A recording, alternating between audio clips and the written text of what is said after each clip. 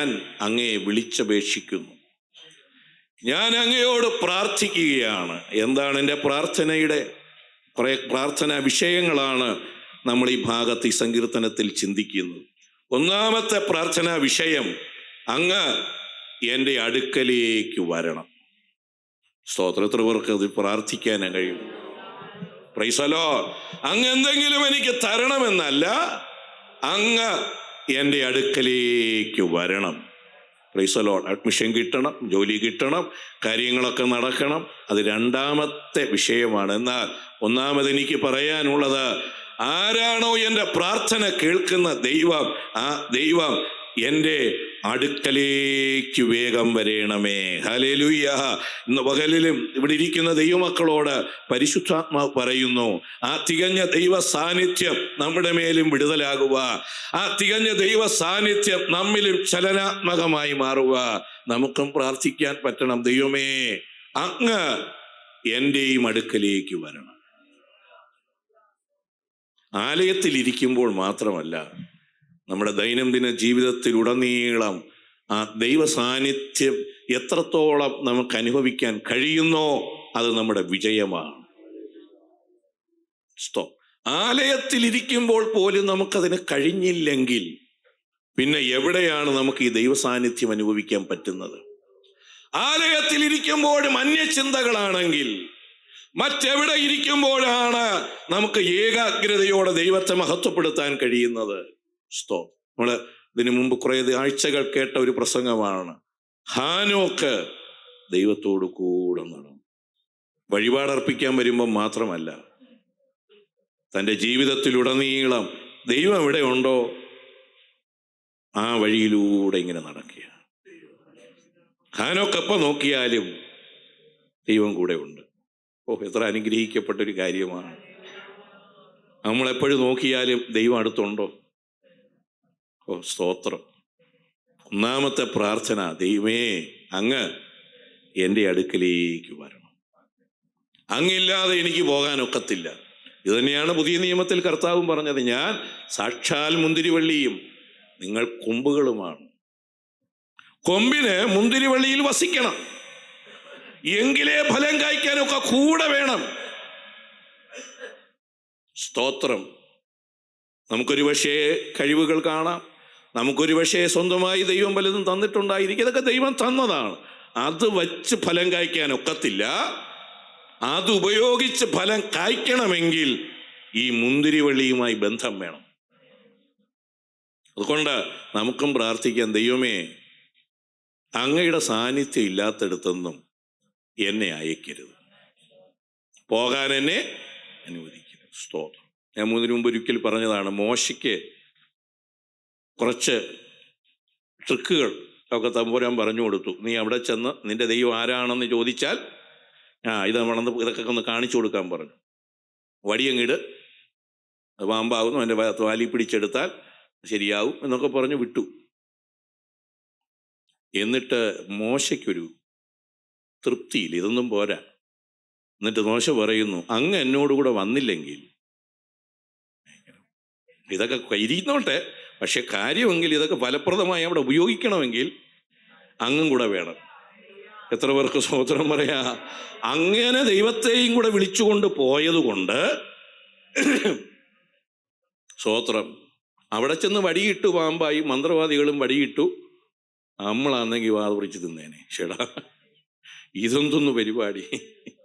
യഹോവേ എൻ്റെ വായ്ക്ക് ഒരു കാവൽ നിർത്തി എൻ്റെ അധരദ്വാരം കാക്കണം. നമ്മുടെ പ്രാർത്ഥനാ ലിസ്റ്റിലൊന്നും ഇല്ലാത്ത ഒരു വിഷയം. നമ്മളെ ആരുടെയെങ്കിലും പ്രാർത്ഥന ലിസ്റ്റിലെങ്കിൽ ഒരു വിഷയമുണ്ടോ? സങ്കീർത്തനക്കാരൻ പറഞ്ഞു, എൻ്റെ ഇന്നയാളുടെ അല്ല, നമ്മൾ പ്രാർത്ഥിക്കുന്ന അങ്ങനെയാണ്, അവൻ്റെ വാ അടയ്ക്കണേ എന്നാണ്. സ്തോത്രം. അതല്ല പറയും, എൻ്റെ വാ അടയ്ക്കണം. എനിക്കങ്ങോട്ട് അടയ്ക്കാൻ പറ്റുന്നില്ല. സ്തോത്രം. മനസ്സിലായോ?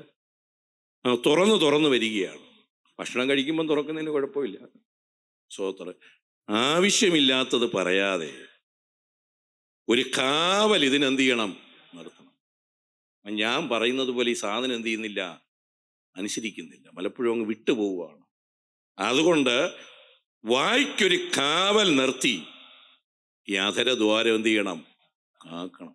പറയേണ്ടത് പറയാൻ, പ്രയോജനമുള്ളത് പറയാൻ, ഗുണകരമായത് സംസാരിപ്പാൻ, വക്രത വിട്ടുകളയാൻ എല്ലാം കാവൽ നിർത്തണം.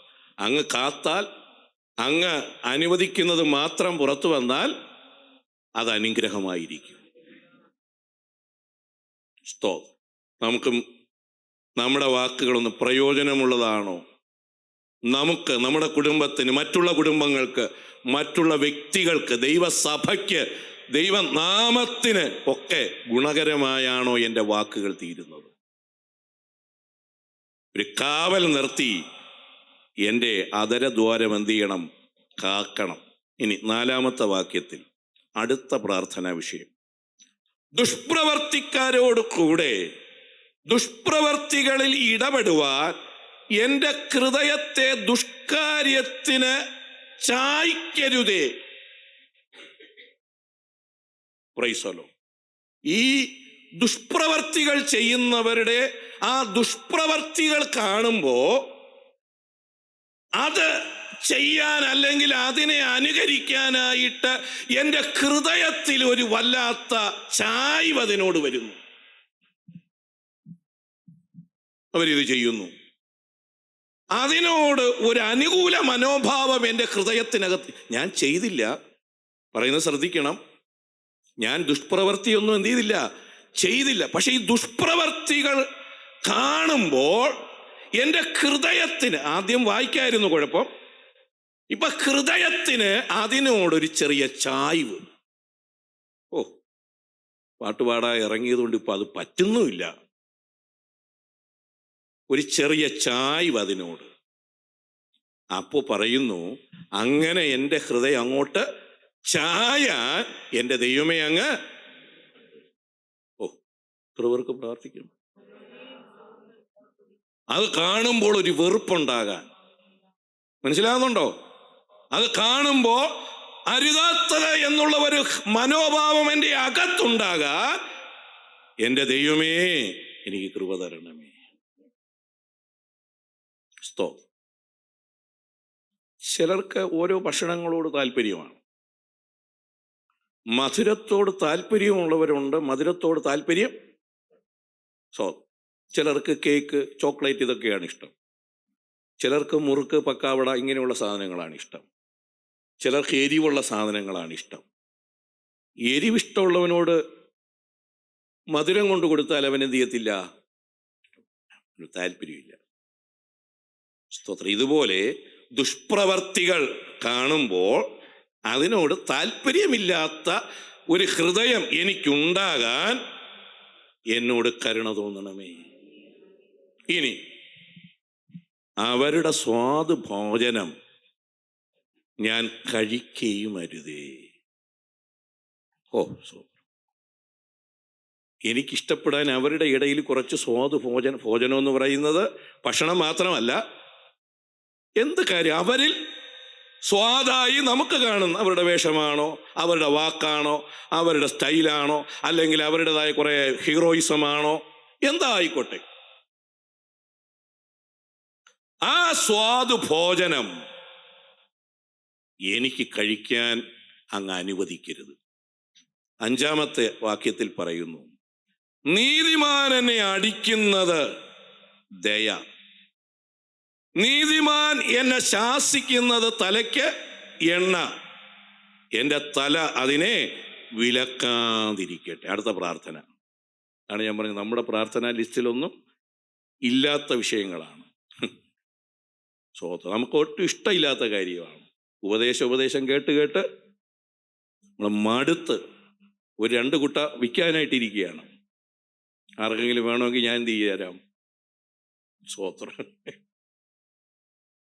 ഞങ്ങളൊരിക്കലൊരു ഇവിടെ നാലാഞ്ചിറയിലൊരു വീട്ടിൽ, അദ്ദേഹം വളരെ നല്ലൊരു മനുഷ്യനാണ്, അല്ലെങ്കിൽ തെറ്റൊന്നും ചെയ്യുന്ന ആളൊന്നുമല്ല. അപ്പം അദ്ദേഹത്തിൻ്റെ വീട്ടിൽ പ്രാർത്ഥിക്കാൻ പോയപ്പോൾ അദ്ദേഹം അങ്ങോട്ട് കയറി ചെന്നു. നമ്മൾ സംസാരിച്ചുകൊണ്ടിരിക്കുമ്പോൾ ആദ്യം തന്നെ ഇങ്ങോട്ട് പറയുന്നു, പാസ്റ്ററെ ഈ കൊർന്നല്യോസിന്റെ കാര്യം മാത്രം എന്നോട് എന്ത് ചെയ്യരുത് പറയരുത്.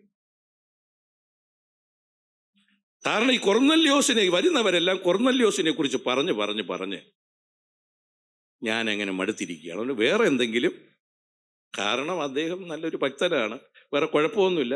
ഈ ദൈവകൽപ്പന മാത്രം എന്ത് ചെയ്യുന്നില്ല, അനുസരിക്കുന്നില്ല. അപ്പോൾ ആൾക്കാർക്കെല്ലാം പറയാൻ പറ്റിയ ഒരു നല്ല ഉദാഹരണമാണ് കൊർന്നല്യോസ്. ആള് നല്ലവനാണെങ്കിലും ദൈവകൽപ്പന അനുസരിക്കാതിരുന്നോണ്ട് ഇത് കേട്ട് ഇങ്ങോട്ട് തന്നെ പറയുന്നു കൊർന്നല്യോസിനെ കുറിച്ച് മാത്രം. ഇതുപോലെയാണ് ഇന്നത്തെ ഇങ്ങോട്ട് ഒന്നും പറയണ്ട എന്നുള്ള ഒരു നമുക്ക് ആവശ്യമായതൊക്കെ നമുക്ക് ഉണ്ട്. പക്ഷെ ഇവിടെ പറയുന്നു, നീതിമാൻ എന്നെ അടിക്കുന്നത് ദയ, അവൻ എന്നെ ശാസിക്കുന്നത് തലയ്ക്കെണ്ണ, എൻ്റെ തല അതിനെ വിലക്കാതിരിക്കട്ടെ.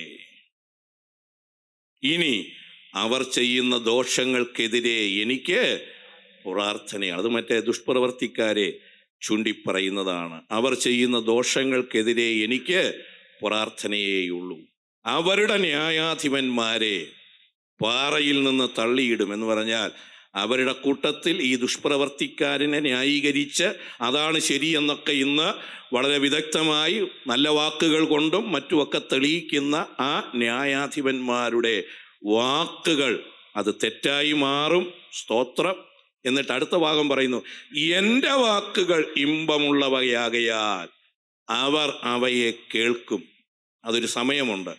7-ാമത്തെ വാക്ക് എന്താണ്? ആ വാക്ക്, നിലം ഉഴുതുമറിച്ചിട്ടിരിക്കുന്നത് പോലെ ഞങ്ങളുടെ അസ്ഥികൾ പാതാളത്തിൻ്റെ വാതിൽക്കൽ ചിതറിക്കിടക്കുന്നു. ദുഷ്ടന്റെ അവസ്ഥയെക്കുറിച്ച് അവൻ മനസ്സിലാക്കി പറയുന്ന വാക്കുകളാണ് ആ പറയുന്നത്. നേരത്തെ പറഞ്ഞ വാക്ക് ശ്രദ്ധിക്കുക, എൻ്റെ വാക്ക് ഇമ്പമുള്ളത്. നേരത്തെ 4-ാമത്തെ വാക്യത്തിൽ പറഞ്ഞു അവരുടെ സ്വാദുഭോജനം, അതിന് എൻ്റെ ഹൃദയത്തെ ചായ്ക്കാൻ എന്ത് ചെയ്യരുത്, അനുവദിക്കരുത്. പിന്നീട് പറയുന്നു, ഞാൻ പറഞ്ഞ നീതിമാൻ പറഞ്ഞ വാക്ക് എന്തായി മാറി? ഇമ്പമുള്ള വാക്കായി മാറി. ഞാനൊരു ഉദാഹരണം അതിന് പറഞ്ഞു തരാം. നോഹയുടെ കാലത്ത് ദേശം ദുഷ്പ്രവർത്തികളിൽ അമർന്നിരിക്കുമ്പോൾ പെട്ടകമുണ്ടാക്കാൻ പറഞ്ഞു. നോഹ പെട്ടകമുണ്ടാക്കി, ചെന്ന് പ്രസംഗിക്കാൻ പറഞ്ഞു. ആ പ്രസംഗം അന്ന് അവർക്ക് ഇമ്പമായി തോന്നിയില്ല. ആ വാക്ക് അന്ന് അവർക്ക് ഇഷ്ടപ്പെട്ടില്ല. എന്നാൽ ഒരല്പം കഴിഞ്ഞപ്പോ ഈ നോഹയുടെ വാക്ക് അവർക്ക് ഇമ്പവാക്കായി തോന്നി. എത്ര പേർക്ക് ദൈവത്തെ മഹത്വപ്പെടുത്താം. ഹല്ലേലൂയ. അന്ന് നോഹ പറഞ്ഞ വാക്ക് അവർ കാര്യമാക്കിയില്ല, അതിനെ തള്ളിക്കളഞ്ഞു. എന്നാൽ ഒരല്പം കഴിഞ്ഞപ്പോഴുണ്ടല്ലോ, ദൈവത്തിന്റെ ന്യായവിധി വന്നപ്പോ ആ പറഞ്ഞ വാക്ക് അവർ ഓർത്തു, അവർ മനസ്സിലാക്കി അതൊരു ഇമ്പവാക്കായിരുന്നല്ലോ, അതൊരു നല്ല വാക്കായിരുന്നല്ലോ എന്നോർത്ത് അവർ വിലപിച്ചതുപോലെ ഇന്ന് പകൽ പരിശുദ്ധാത്മാവ് പറയുന്നു, അവര് കേട്ടാലും കേട്ടില്ലെങ്കിലും നീ പറയേണ്ടത് പറയണം. വാക്ക് മനസ്സിലാകുന്നുണ്ടോ? അവർക്ക് ഇഷ്ടപ്പെട്ടോ അവർക്ക് ഇഷ്ടപ്പെട്ടില്ലയോ എന്നുള്ളതല്ല കാര്യം. ഹല്ലേലൂയ. അവർക്ക് ഇഷ്ടപ്പെട്ടത് പറയാനുമല്ല നമ്മെ വിളിച്ചത്. ഹല്ലേലൂയ. പറയേണ്ടത് പറയാൻ, ഗുണകരമായത് പറയാൻ, ഹല്ലേലൂയ, നീതിയോടെ പറയാൻ വിളിക്കപ്പെട്ടവരാണ് നമ്മൾ. ഒരു സമയത്ത് അതവർക്ക് ഇമ്പമായി തോന്നും, പക്ഷേ അന്ന് അവർക്ക് പിന്നെ തിരുത്തി വരാൻ പറ്റാതെ വരും. നമ്മൾ സാധാരണ പ്രസംഗത്തിലൊക്കെ കേൾക്കുന്നത് പോലെ, ആദ്യം നോഹ പ്രസംഗിച്ചപ്പോൾ നോഹ എന്താണ് വിളിച്ചതെന്ന് നമുക്കറിയത്തില്ല. പരിഹസിച്ച് പല പേരുകൾ പറഞ്ഞു വിളിച്ചു കാണും, നമുക്കറിയാമല്ലോ. എന്നാൽ പെട്ടകമടച്ച് പെട്ടകത്തിനകത്ത് നോഹയായി കഴിഞ്ഞപ്പോ വിളിച്ച വിളികളൊക്കെ നല്ല വിളിയായിരിക്കും. മനസ്സിലായോ? ഉറപ്പായും നീ എന്തൊക്കെ തരത്തിൽ നോഹയെ പ്ലീസ് ചെയ്യിപ്പിക്കാമോ അങ്ങനെ എല്ലാം വിളിച്ച് കാണണം. അങ്ങനെയെങ്കിലും ഈ വാതിലൊന്ന് തുറന്നു കിട്ടിയെങ്കിൽ. സ്തോത്രം. യുവമക്കൾ, എത്ര പേർക്ക് താല്പര്യമുണ്ട് ദുഷ്പ്രവർത്തികളിൽ നിന്ന്, ദൈവഹിതമല്ലാത്ത പ്രവർത്തികളിൽ നിന്ന് അതിനോടൊരു ചായ്വ് പോലും ഉണ്ടാകാതെ, എൻ്റെ ഹൃദയത്തിന് അതിനോടൊരു ചായ്വ് വരാതെ എനിക്ക് അങ്ങ് സംരക്ഷണം തരണമേ.